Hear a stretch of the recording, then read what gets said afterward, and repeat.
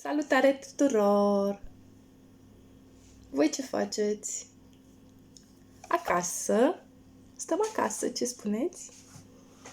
Eu am încercat astăzi nuanța de ruj Confident de la Pharmacy. Cred că este cea mai iubită nuanță din această gamă de rujuri mate de la Pharmacy, care costă 22 de lei, dar cu cod de client, dacă accesați linkul de mai sus și vă înscrieți cu cont de client, îl puteți achiziționa cu 23% reducere, undeva la 16 lei, dacă nu mă înșel.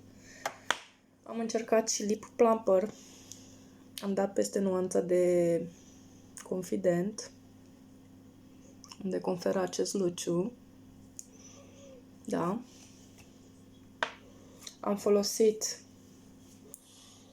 tușul Sidef de la Pharmacy, numărul 3, care costă 14 lei, dar cu cont de client îl puteți lua cu 23% reducere.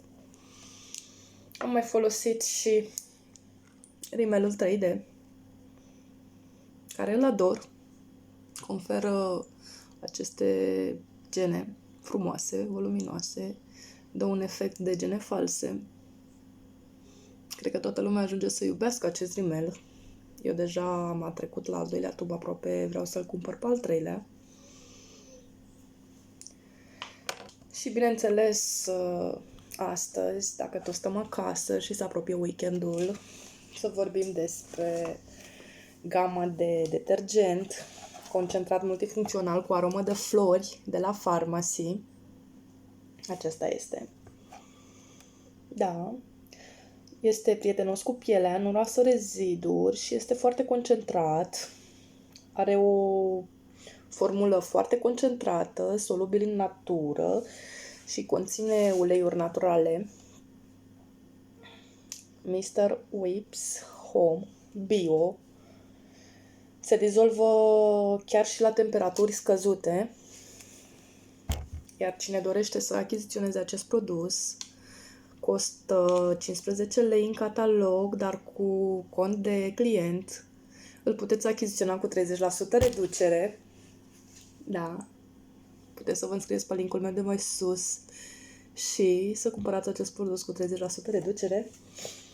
Este un detergent foarte concentrat pe care îl puteți folosi pentru îndepărtarea petelor din bucătărie și din baie, pete dificile de pe scaune, îndepărtează petele de pe covoare, din bucătărie sau din baie, de pe marmură, de pe gresie și rufe. Un detergent multifuncțional. Are un parfum proaspăt care rezistă mai mult timp și nu necesită clătire. Acesta este catalogul. Așa arată în catalog. 15 lei.